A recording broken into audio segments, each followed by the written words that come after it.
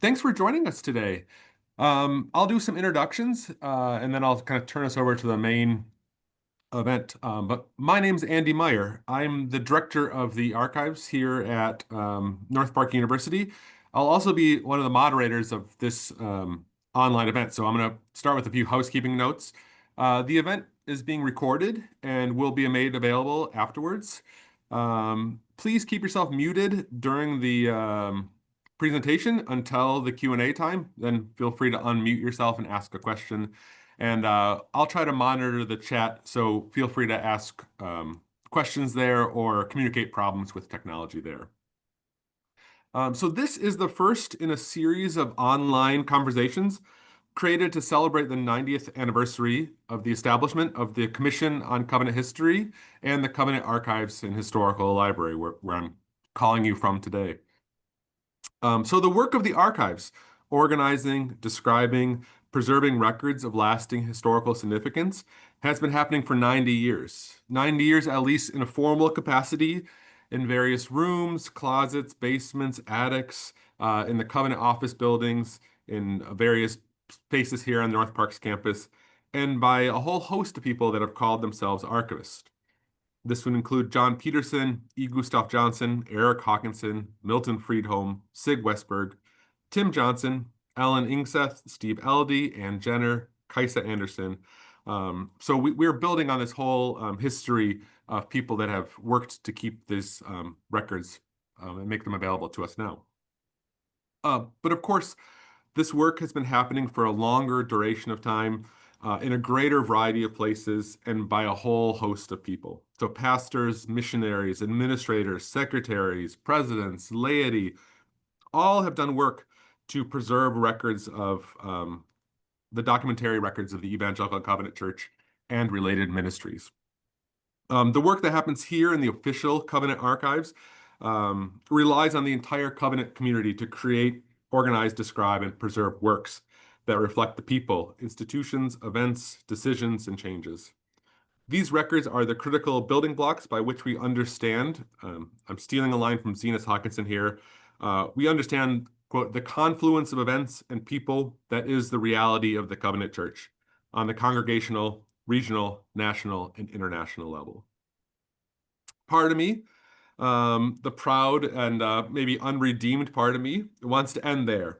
The archives is the critical cornerstone of the Covenant Church. But the point of the Covenant Archives and the point of the Commission on Covenant History is not to have books and boxes neatly arranged on a shelf.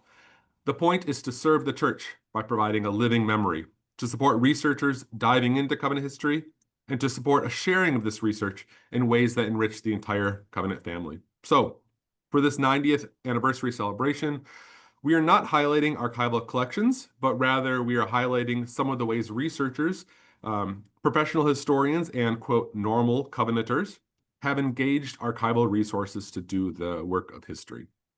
So with that lengthy preamble, I want to introduce Becky Dangel. Becky is the Director of Partner Communications for the Paul Carlson Partnership, and she'll share her experience researching the legacy of Dr. Paul Carlson for the 60th anniversary celebration of the Paul Carlson Partnership. So with that, I'll turn over to Becky, who will maybe do some screen sharing now. I'll let you go. Great. Thanks, Andy. Thank you so much. Hi, I'm Becky Dangel. I am, like Andy said, I am the Director of Partner Communications for Paul Carlson Partnership, and I do have a presentation to share about my experience in the archives researching about Dr. Paul Carlson for our 60th anniversary event. So I'm going to go ahead and share my screen, and we'll get started.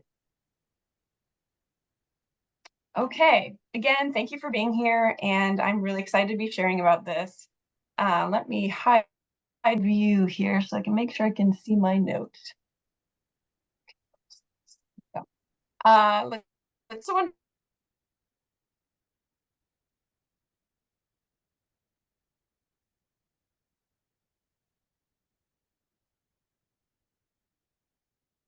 Oh, Becky, I think you're muted right now. Yeah, it lost me for a second. Zoom quit unexpectedly on me. Welcome back. Yeah, thank you. You never know what's going to happen with Zoom. Would it even be a Zoom meeting without some technical problems, though? I know. I can All right, see your screen now. It is looks it good. okay? Yeah. Okay, great. Let me, it, okay, Zoom is still giving me issues, so let me just what's that. Great. Okay, let's get started. Okay, so I also wanted to point out that besides me, there's a few other members of my team here. We've got Renee Hale, our executive director. Renee, if you could give a wave. And then we also, I believe, have Phil Ditto. I think he might be here. He's the international director of medical and health programs for our team. Kent Egging is our partner engagement representative, and I know that he could not be here today. But we also have a few members of our board that are here on the call. So I wanted to share about Dr. Paul Carlson. My presentation is called Immeasurably More, Researching Dr. Paul Carlson's Legacy. And I wanted to share the journey of the research and discovery that led to the creation of our exhibit. In November 2024, we held a 60-year anniversary event at North Park University, inviting many people who have been involved and connected to Congo over the years. Our goal for this event was to raise funds for our Covenant Church of Congo partners and to honor Paul's legacy. We knew we wanted some kind of historical display, but before I take you into the archives with me, I want to begin with the man at the center of this story. Who was Dr. Paul Carlson? Dr. Paul Carlson was a young Covenant missionary doctor who served in the Democratic Republic of Congo, then known as Zaire, in the early 1960s. He wasn't chasing prestige or a lucrative career. He actually left his job in California as a doctor and walked away from all of that to serve at a remote mission hospital in Wasolo. He did all of this because he believed that his calling was to be the hands and feet of Christ. He and his wife Lois and their two children moved to Wasolo, and then in 1964, during a season of political turmoil, Paul was taken hostage, and because he was thought to be an American spy. Unfortunately, he was imprisoned for then several months, along with many others. And then in November 1964, while he was trying to help others escape, he was shot and killed. His story captured worldwide attention, landing on the covers of Time and Life magazine. And the following year, his wife Lois, along with many others, developed the Paul Carlson Foundation, which decades later became what Paul Carlson Partnership is, which is what we know today. This was to ensure the work that Paul began, it would not die with him. So the year 2024 marked 60 years since Paul's death. It was 6 decades of impact, partnership, and transformation in Congo. And that milestone was an opportunity for us to honor that legacy and to remember the sacrifices that built it. Not only that, but to recognize our Congolese leaders and communities who have endured through all of these years of so much change. So that is why we gathered in November of 2024 at North Park University. That's why we created this exhibit. And that's why Paul's story is still worth telling. So let's get into it about the research. Let's go to my next slide. Okay, digging in and what we discovered. So in June 2024, I reached out to Andy to explore the possibility of doing all this research into the archives about Dr. Paul Carlson. And I knew there was a substantial collection, but I'd never actually seen it all myself. So Andy and I met and we discussed the idea of what I was looking for. And really, I knew that I was starting from a blank slate. So I just wanted to find out what I would find and then go from there. In one particular meeting, Andy guided me back through the back of the archives, and we walked past paintings, documents, and historical items from lots of different Covenanters. I mean, it was really fascinating. There's so much back there, and you would think it's almost like a museum, although I know Andy doesn't want to call it a museum, and it's not a museum, archives, but there's just so much back there that is really fascinating. But then eventually Andy led me to the corner where all of the boxes were that contained items about Dr. Paul Carlson and the history of the organization. And this is where everything was stored. So the boxes contained thousands of papers from newsletters, photos, magazine articles, board meeting minutes, everything you can think of related to Dr. Paul Carlson that has been collected over the years. I mean, here, it, it this is, I'm giving you a little snapshot of some of the things we found on this slide. And it actually was quite overwhelming. So after realizing the scale of the research, I scheduled a follow-up visit and brought our event planner and my friend, Elena Hoffman. Together, we began sorting through the materials paper by paper, box by box, going through everything just to see what was there. And yeah, it was overwhelming at first. And I mean, there was just so much. We spent weeks and hours going through these documents. I knew there was a story here to be told. I knew I wanted to do a display for our big event. But how exactly was I going to use all of this?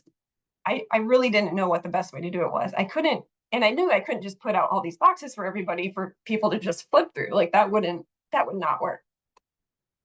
In addition to that, one of the most powerful pieces, or artifacts, I guess you could call, was Paul Carlson's New Testament Bible. This was the Bible that he carried in his back pocket during the time of his martyrdom. It had a bullet hole piercing its pages. And inside, he had underlined numerous verses that reflected his faith, his courage. He had personal notes written out of what this meant to him. And it was very meaningful to hold this Bible in our hands. And I mean, we really felt the emotional impact of not just looking out through all the documents themselves, but just imagining Paul's experience. And it kind of brought everything to life. And it was very meaningful. And it was also, it felt almost like sacred. So we thought about a few ideas of how we could display this. And we thought maybe we could create a devotional out of some of the verses that he underlined. We thought that wasn't a bad idea at all. And maybe that's something we could do someday. But we didn't really have time to create a devotional. We were really short on time. So I felt really stuck. I was really not sure how any of this was going to come together. Around that time, I was processing this stuck feeling of what to do with the executive minister of Serve Globally, Grace Shim. And she challenged me with a question. And she said, how do you hope that people will feel at this event? And what experience do you want people to take with them? And that was a very good question. That got my creative juices flowing. I knew we wanted to display this Bible, and I knew we wanted to tell a story, but I knew also that I couldn't just let everybody flip through these thin pages. It just wouldn't be safe. So I thought, how could I show what was inside, and how could I show what was in this large collection? And then it occurred to me, Paul's underlined verses actually told a story. The verses actually could become a framework for our exhibit. We decided that we would select a verse and it would represent a chapter in Paul's legacy, showing how Paul's faith guided his work and how Lois and the foundation carried forward his vision, and how Paul Carlson Partnership continues that mission today. It would also be a prompting for our guests to invite them to reflect on the same scripture that inspired Paul. So we decided that the exhibit would be a series of posters called Immeasurably More, the mission inspired by Dr. Paul Carlson's Bible. We started to pull together all the information from the archives and the narrative and the images that we found. We decided to put the Bible and other artifacts on display. We curated a set of supporting documents in binders for our guests to dive even deeper at the event if they wanted to. So this took many weeks and many hours, and we took many notes. And Andy and his interns scanned pages for us that we needed. They helped us make copies, and we ended up we ended up collecting everything digitally. We made copies of things. We organized them by decade, put them into binders, and then it it was fun. Like we had a plan. We knew what we were doing. And although this process took so long, we also really learned a lot. Like I learned so much about the history and all the people involved. I can't even describe how much is in there and how many people have been involved in this legacy for so many years. On this slide, you can see the first poster that was displayed at the event, along with the binders on the table on the right. And then below that, you can see how we displayed Paul Carlson's New Testament Bible, and there's several other items in there. One of those items on the left there are bricks from Paul's cell at Stanleyville Prison, which was donated by Glenn Palmer. And there's on the right, there's some rocks from Martyr Square where the rescue attempt happened. Andy put together that nice display for us, and I believe it's still down in the archives for others to see. Is that right, Andy? Is it? I had to find my unmute button quickly. Yeah. Um, it's a longer story, but we're preparing for a renovation here, so that all that material is tucked away in the back. But we definitely still have the materials, but it's no longer like in the nice display case. Okay. Well, this is it right here. You can see it. And then I have some other pictures that I'll show you soon. Thank you so much. On the next set of slides, I'm going to show you each poster that we curated and a few key points from each. I'm not going to read through every poster because it's quite long, but I will drop at the end of the presentation, I'll drop a link in the chat so that if you want to, on your own, if you want to look at the poster in detail, you're welcome to do that.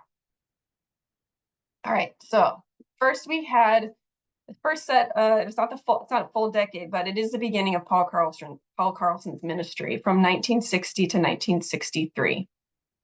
This is the story of when he left his comfortable life in California and responded to an urgent need for medical care in the newly independent Congo.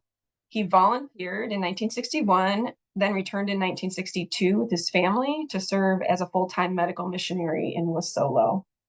During his time there, the villagers called him Manganga Paulo, which meant my Dr. Paul.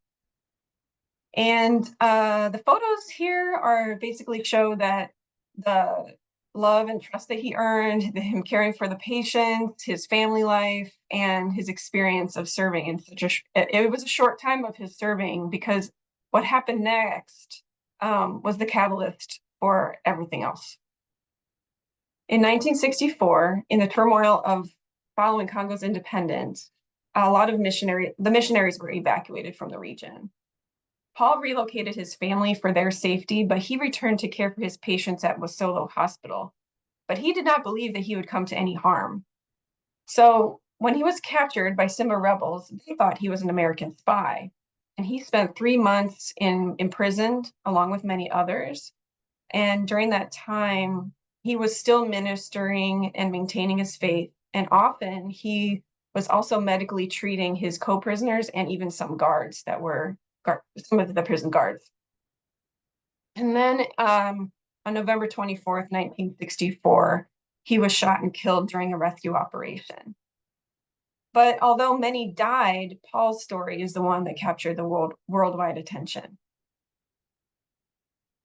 From then on, in 1965 to 1974, especially like in 1965, Lois Carlson published a book called Manganga Paul, and that was all about Paul's story and what had happened.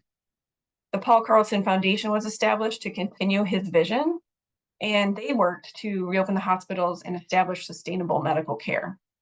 Lois returned to Congo and met with the president of the country, because Paul had always envisioned Loco to become a medical center. So she was meeting with the president to discuss that opportunity or possibility that could happen. By 1968, the Paul Carlson Medical Center at Loco was dedicated in Paul's honor, and they opened with 140 beds and satellite clinics, which carried forward Paul's vision. The organization also developed into the name Paul Carlson Medical Program during this time. Then in 1975 to 1984, the programs at local hospital was involved in training villagers in farming, health, and sanitation. public health initiatives were expanded, and then the first Congolese doctor was trained at Karawa Hospital in 1979, which was actually our current Covenant Church of Congo president. It was actually I think it was his grandfather, perhaps, who was that person. By 1984, electricity was working at Karawa Hospital, which greatly improved healthcare. In 1985 to 1994, there was many financial challenges that the Paul Carlson Medical Program was experiencing at the time, so it led to a merger with Covenant World Mission. But that strengthened the partnership with the Covenant Church of Congo. And unfortunately, Congo also faced worsening economic and political tensions. And so there was another evacuation of the missionaries. The local leaders in Congo, medical leaders, also took more responsibility. They blended their medical care with evangelism and spiritual care. But the daily pressures are really intense. But during all of that, the mission persevered, and Paul's story continued to be told throughout the covenant and other places, and it continued despite all the challenges that it had at that time. Then 1995 to 2004, things started to get worse, and then they started to shift. The First and Second Congo Wars forced missionaries to evacuate again, and then the Congolese took over the hospitals, which was great, and they maintained care despite all of the chaos and the violence as best as they could. In 2003, Glenn Palmberg rediscovered a time story, the time story about Paul Carlson, and it sparked a revival of the Paul Carlson Partnership. And that focused on health, poverty, and education. Then in 2005 to 2014, Paul Carlson Partnership focused on strategic support for hospitals and clinics. They committed $325,000 annually to our partners in Congo for operations and pharmaceuticals. Infrastructure projects grew, bridges. We had a partnership with Hope International Development Agency to start helping our partners repair roads in the region to have access to medical care and other resources in the community. And also in 2010, the Paul Carlson Partnership formed the Medical Ambassador Team. Those are medical volunteers who provide training, medical equipment, and hands-on support to build capacity among the local Congolese healthcare professionals, and is still going strong today. And then current times, 2015 to 2024. In 2015, the Congo Clinic Initiative was launched, and that goal was to improve clinics and hospitals with solar power, clean water, refrigeration, and more. And this initiative later expanded into what we call You Care for Congo today, which just expanded upon it and coalesced it. In 2021, we partnered to repair bridges between Karawa and Bogose Nubea that reopened 85 kilometers of vital roads. In 2017, we supported the launch of the Karawa Coffee Project, and that was to focus on reviving local Robusta coffee production in the region, which supported over 2,000 farmers and promoted the economic growth of the region and for their livelihoods. Today, that's actually 100% owned by our Congolese farmers. So that one, we are very proud of that one and all the work that has been happening around that. In November 2023, the Covenant Church of Congo also celebrated 100 years of gospel in the region, and several of our covenant leaders, Tammy Swanson Draheim, Grace Shim, Renee Hale, and many others also got to go and have that celebration with our partners in Congo. So I wanted to show you the posters that were on display at the event, at the 60-year anniversary event in November, and some of our guests engaging with the materials. And it was a great event. And I guess I didn't answer the question of what was the experience that I hoped people would have and take with them. And the answer is I hoped that people would experience a sense of meaningful connection to Dr. Paul Carlson himself, to Lois and her family, and to the generations of people who carried his vision forward. And I hope they would feel inspired by the courage that he had that led him to serve, and the legacy that Lois and her friends built over the decades. Um, so I was really hoping that it would inspire hope and purpose, to remind us that faith lived out through service can ripple across all of these decades for so long, and we're committed to seeing it through. We're committed to keeping it going. And it touched so many lives. There's so many people involved over the years. It's just, again, it's just amazing to me how many people have cared so deeply, and for whatever season they were in, and they kept it going. Here is a few more photos of the event. We had many people who said it felt like a Congo reunion. We even had Lois Carlson Bridges there, and her son Wayne and his wife Becky, along with Lois's grandson Paul, and also named Paul Carlson. The president of the Covenant Church of Congo, Reverend Douale, and his wife Josephine were also there, and Tammy Swanson Draheim, Glenn Palmberg, and many our medical ambassadors were sharing. And it was such a meaningful event, and I thank everyone who was able to come. And I also want to say thank you for Andy for giving us access to the archives and the experience that we had, and just everyone who's here taking the time to listen to my experience and what it was like. And I really invite all of you to visit the archives if you can, and just see what you can find. It's amazing. Thank you.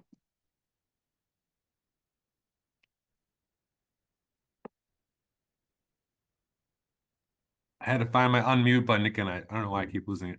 Becky, Yeah. thanks so much for sharing all of that research. You were a model researcher the whole time, and it was yeah, really fun to kind of watch the narrative and you created and how you curated that event. Um, so we now are open for questions, so people can raise their hands or just unmute themselves and ask a question. I'll get us started here. Becky, was there anything that surprised you during your research or anything that was particularly like intriguing? Yes, there was quite a bit, but the main thing that stood out to me was how much Paul's legacy, how much of the story was also Lois's legacy.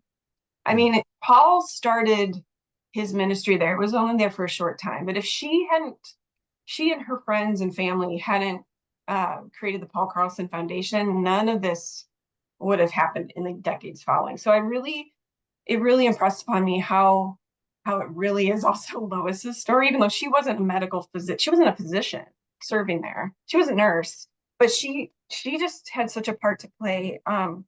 There's also just a lot of other doctors and missionaries involved over the years.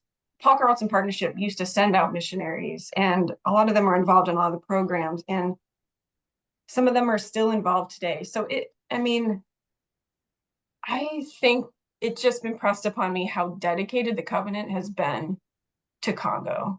And it was very humbling. So that was Hmm. one thing that really stood out. Great. Thanks. Mm-hmm. Are there other questions from our virtual guests here? Okay, this is Larry.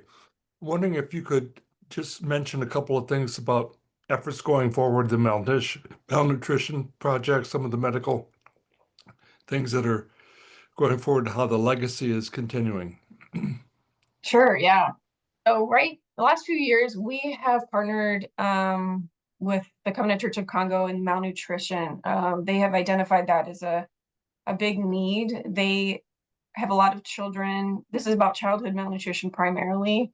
A lot of them do face severe acute malnutrition, which is at that stage that's it's not just preventable, but they really do need acute care. So our medical ambassadors have gotten involved, and we've raised funds to create a malnutrition center in Karawa, and there's also been one built now in Loco. So the next stage in not just funding the needed medical supplies, the plumpy nut, which is a rehabilitation, um, medical rehabilitation for malnutrition. We also have been doing some training on preventative care in the community level. So it's, training medical professionals in the malnutrition curriculum, which was actually developed by our Congolese partners. So all of the program that's been created is created in for their context of how they can treat and care and prevent on the local level, and then also at the severe acute malnutrition level. There's a lot of other types of diseases that play a part in malnutrition. We can share more information about that on our website, but basically there's still ongoing need to support the medicines that we need for that kind of care, the supplies and the training. So it's growing, and we're excited about it. And we have seen cases of malnutrition go down because of the work that's being done by our partners. Great question. Thanks, Larry. Also, if I'm on, maybe a comment about the cargo that was shipped over recently. Yeah, we sent a container of needed medical equipment and supplies. I believe at this time it's arrived in Congo, and I believe at this time they're waiting for it to get all the way up to Karawa. Is that right, Renee? Yes. So once it gets to Karawa, the material, the equipment, which is like X-ray machines, I mean, it's a whole host of things. It was curated by one of our partners called Project Cure, which is one of the largest medical equipment distributors in this country. They curate a bunch of donated medical supplies, and we sent the container over. Once it arrives in Karawa, our partners in Congo will be distributing that, and then there's also some trainings involved that have to happen for them to be able to use the equipment. This is a kind of equipment that's it's more modern, but it also will also require solar batteries for them to power the equipment that they need, because electricity and clean water is still it's not like regularly flowing like it would be here in the United States. So there's a lot of components to this that coming together that need funding and need support. So we're excited about that. Once it gets there, we'll be making an announcement of when that's all distributed. Larry knows a lot about what's going on because he was on our board. And maybe a comment about the Lois Carlson Bridges Scholarship, Nursing Scholarship. Great. Yes. Also, last year we sent out a request to support the Lois Carlson Bridges Nursing Scholarship, which is a scholarship to support nurses in the nursing program in Karawa. And what we're going to do is the Covenant Church of Congo is going to select about, I think, 2 nurses per year to receive a scholarship to do nursing training. A lot of the student nurses there on the high school level and the college level can't really afford training. So this scholarship is set up like an endowment, and these funds will be set aside in order to make sure this funding happens, so that we can have 2 nurses a year and it'll keep growing. Our partners have yet to select those 2 special students, and we're excited for when that happens. And then it'll also support a new position called the Director of Nursing. And this woman that's leading it, her name is Astrid, and she will oversee the nursing programs, which is really important. They've really needed someone like that to fill that position and have oversight to nurses training. So we did get thank you so much to everyone who gave to that. It has been a huge response, and it's funded right now, and it's amazing to see what's going to happen next with that. So we'll have some stories once they select some students. We'll hope to have some stories about them and what their experience is. Andy, I don't know if you're looking at the chat, but there's a question there for you and then a question for Becky. Oh no, a question for me. Shall I raise it to you? Sure. Is it visible? So it's a question about like collection development policy. How does an archivist determine what to take in and what to leave out? Oh, yeah, good question. Yeah,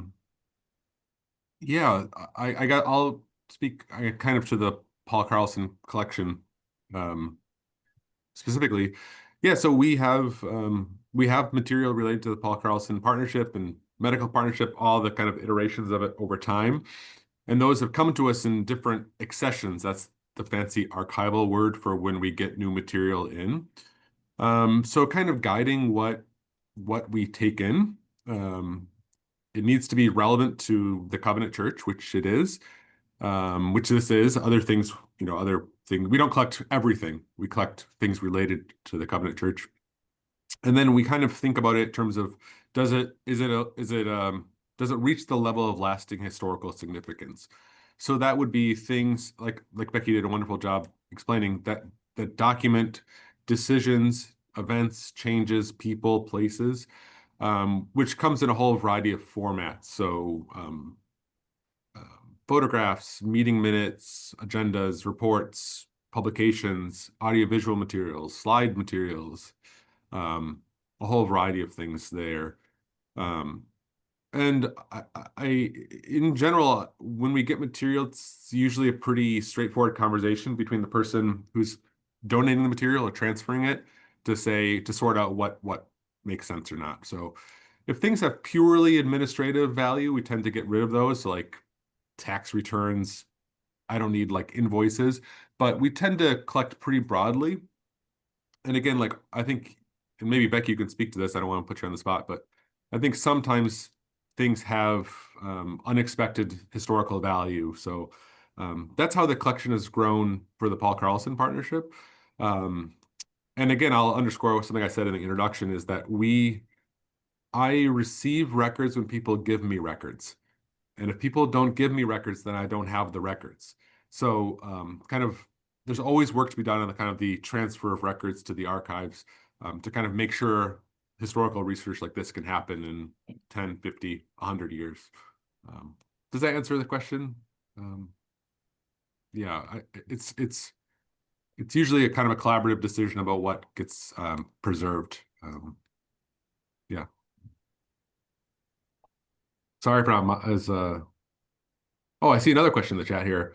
Do you see Wes Lindahl's? Yeah. Okay. Becky, you maybe know this too. Are there documents that detail how Carlson Tower is named? So Carlson Tower is kind of the main academic building here on campus. It's named Carlson Tower after Paul Carlson. So Becky, do you have a memory of this or? Yes, there are documents in the archives, and I would have to go back to look at them specifically, but there are documents in there of how that was decided. I think I don't remember what year it was. Soon after he died, I believe, but there is documents in there. I could go back and look and get back to you. But there's still a plaque up in near the art gallery in Carlson Tower, I believe, that describes why that tower was named that.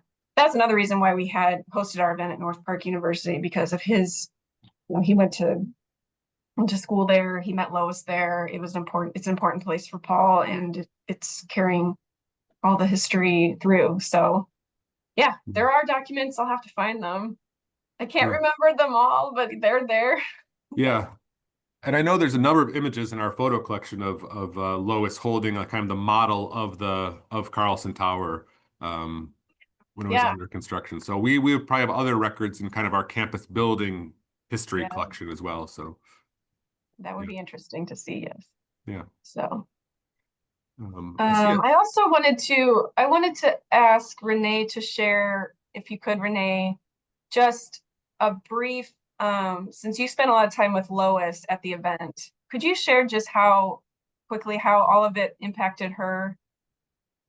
Maybe just a brief summary of how that impacted Lois, because I think that's important that, she's like 96 or 97 now. Mm-hmm. Go ahead. Yeah, thanks, Becky. Yes, Lois just turned 97. Lois is, of course, Dr. Paul's widow. And she routinely says, I can't imagine that there could be any more impact from my husband's ministry in that short time than what has happened. If he had lived, I'm not sure if it could have been any more than this. She said it's nothing less than a miracle for her to be celebrating 60 years of that legacy. She was there accompanied with her son Wayne. I see Wayne is on the call today, and his wife Becky, as well as their son Paul, Lois's grandson. And you know, it was a precious time for her to see her family members there and celebrating when beauty can come from ashes and in the Lord's sight, and all grounded in scripture and the word and how the Lord works through all of us. We did have like a family reunion there. But as Becky was sharing about answering questions from Larry about what we're doing now, I thought we're sitting around right now talking about things that will most likely have artifacts and elements that will be in the archives. And we are here for a season. Someone else will now go back and research sometime. Paul Carlson Partnership. And they're going to have an excellent foundation because Becky has already done with Elena and Andy and others this whole thing. And so the first 60 years, you know, and then it'll be next. But what we're talking about now is part of what will be there. So yes, and Lois is a precious, precious lady who gave of herself just selflessly during all of the time there, and then also afterwards. It was intense after they came back to the States, and I certainly can't speak to that the way that Wayne can. But I also would like to say this about the archives. Andy, one time I checked out the New Testament to take it, and I wanted to take it and show it to Lois again so that she could see it up close and personal. And I'm putting this word in for the archives because two things. One, the ability to ask permission and get permission. Many archives will not let you take things like that out of their presence and fly with them somewhere and come back. But Andy did that because of the context of what was happening and the way that the archives at North Park package their materials for preservation is excellent. It's top notch. And so that was preserved in a way that helped me assure its safety and its preservation, you know, for the time. And so I did take that to Lois and show it to her. And there are always tears, but it's always joy as well. So thank you, Andy, for that, leading that team of yours to really just preserve things in a great way. Thank you. Thanks, Renee. Mhm. Thanks, Renee. Thanks for those kind words. Yeah, I think my role here as archivist is to care for the collections and care for the communities that are related to them. So we definitely don't normally circulate materials, but happy to make an exception there to kind of think about the care it would be for the people related. So I don't want to give people false impressions on the call here, though. So, yeah, Right. thank you. Thanks for the kind words, Renee. Sure. And Andy's team was really great too. We had some interns helping. I think Sarah was helping Yeah. a few things. So thank you so much. It was, although the collection was big, it was a really positive experience. And I encourage everyone to, if you're in Chicago, go take a look, make an appointment with Andy, or just stop by and yeah, see what's there. Yeah. Is that appropriate to Yeah, no, that's the point of this is to kind of say we have these collections, and again, the point is not to have them sit nicely on our shelves, though we take a lot of pride in how nice our shelves look, but to have people look at them, interact with them, talk about them, debate their meanings, and things like this. So, yeah, we hope to provide access in all sorts of different ways. So, yeah, that's totally appropriate. And maybe, unless there are other burning questions here, maybe that'll be a nice place to end this. Yeah, I'll end it by in two ways. First, thank you, Becky, for the presentation and sharing this research again with this audience here. It was really wonderful, and even though I was at the event and was part of all the research, I was kind of riveted through the whole presentation. So, thank you for that. You're welcome. I meant to add this in my notes, but I gotta look on the sheet on the website here. This is actually the first in a series of events that's going to happen to kind of celebrate this 90th anniversary. So they're all going to happen. You can write this down if you need to on the second Wednesday of the month at noon Chicago time. So in December, Marit Oz Johnson, Janice Ruping, and Mark Safstrom are going to talk about Swedish Covenant Hospital. And then in January, January 14th, I'll talk about North Park University history with Rashad Hanna, who's the Director of Intercultural Life here at North Park. In February, it'll be Covenant World Relief. In March, it will be 50 years of women's ordination. In April, Covenant camps. And then in May, it will be the Covenant in Alaska. So we have a really strong series of these online conversations planned. You can find detailed information at the North Park Seminary website.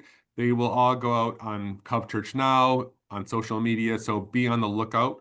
But you might as well just block off your second Wednesdays of the month from now till May, because we got you covered over lunch. So Becky, thanks again you. for your presentation. I'll linger if people want to stay and chat or ask questions, but I will officially end this meeting. So thanks again. Thank you. Thanks Mhm. everyone for being here. Yeah.